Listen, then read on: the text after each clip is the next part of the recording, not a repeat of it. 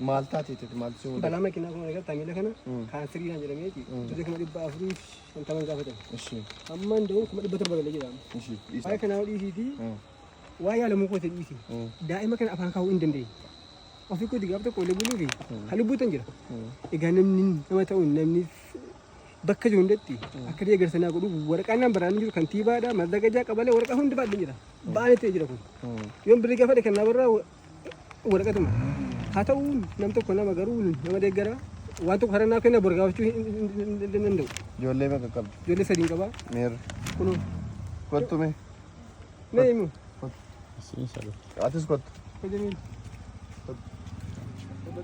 maqaan siin jenni imaanii dhisiin inni kotta baako innoo Salmaan Salmaan jedhama ati maadha manaa keetii siin ishi mucaanni sunoo nuun Ibraahim Ibraahim jedhama kun okay mana kan dhiis mana kiraa keessa jiraattu mana kiraadha waggaa afuriif hamma kan jeejaan qafalle hamma garuu baay'ee mana namaa jedhama qodaa keenya hin baafannee ijoollee kana bulchuuf dhabne tasuma jechuudha lubbuu as nugisee jirti maali miicachuuf hin qabne waan ta'e beektaa lubbuun qogaruu wal ta'e bulti of keessaan fuutu guyyaa malee dandeenyu baddu abdii waan kana jaala rabbi argaa waan ta'eef kadhachiif samii kana uume akka taraa nagee ni beeka yoon waggaa tokko illee haasa'in fixu awwaa kooti kan maal jechuun duraan maal hojjettee of jiraachiif taate duraan hojii qaamillee qabu wamma tokko gabaarra ooltuma tokko fudheeti waa gabaa tokko dhaabbachaan ture harargee deemaan ture jijjigaa deemaan ture achumarraa waan tokko oolfee gafidhu oolaa bulaa ture garuu balaa kanaatiin birrii 400 ana gaafatamuun waa waggaa afurii ofii kooti of yaalaan ture kan tokko illee hin gaafatin hamma dhuunfaa koo ta'uudhaan deeggarsa kanallee kan gaafanne nama gaafa lubbuu ta'uu nama deeggarsa kana waraqaa bakka kanaa barraa'e deeggarsummaa linnaa godhan hin jiru. Mana kiraa meeqa kaffaltaa ammas? Birrii 3,000.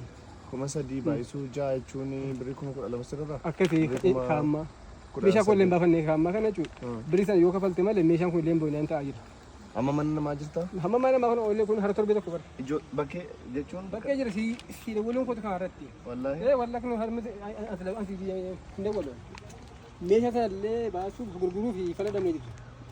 Meeshaa manaa moo? Meeshaa manaa sana dhufan guuf jechuudha abbaan manaa barii ol lafate mana nama keessa tokko bira taa'aa jirra amma maal akkasi gargaaramu barbaadda amma viidiyoo kana namoota baay'ee bira qaba waan ta'eef maal akkasi gargaaru amma tokkoffaa ta'uu inni barbaadu tokkoffaa yaalamuun dura daa'ima kana bakka inni bulchu tokkoffaa kakkayee kaaraa jechuudha eegan daa'ima illee bakka bulchu dargadde eegasii illee yaalamuu kooti billee haasa amma kun miidhoo kaansarii ta'e jira haa ta'u illee lubbuun koo yoo kanatti bahee illee baatu daa'ima kana tuun bakka bulchu qabaadde.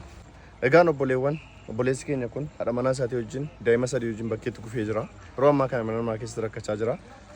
Daa'ima kana waan nyaachisuun hin qabu balaa konkolaataan irra gahee qarshii 400 waliin gaafatame dandeenye hojjedhu dura hojjedheen bulaa amma daa'imman koo wajjin bakkeetti kufee jedhee namni rabbi isinii raafis obboleessi keenya kana gargaara. Namni immoo gargaaruu hin dandeenye viidiyoo kana sheer gochuun namni biraa akka gargaaru taasisaa. An birrii 1,000 qaba kanaan ijoollee keetti waa bitii fi guddeessi fi rakkatan biyya lamaan abbaati. Ashi? Dubbatu abbaati. Abshir. Guyyaa itti beektaa lubbuun rakkatinaa maalittu akka hara dubbadhu miti akka itti aanal dhagaansi miti eegasi keessa kaa'e rabbii hin baatu guyyaa malee garuu dandeen dubbaddoon abbaan namni rakkoo beeku ni beeka rakkoo maqaan qabdu rakkoo lakkoofsa illee hin qabdu kanaaf kan dubbadhaatu hin beeku. Abshir.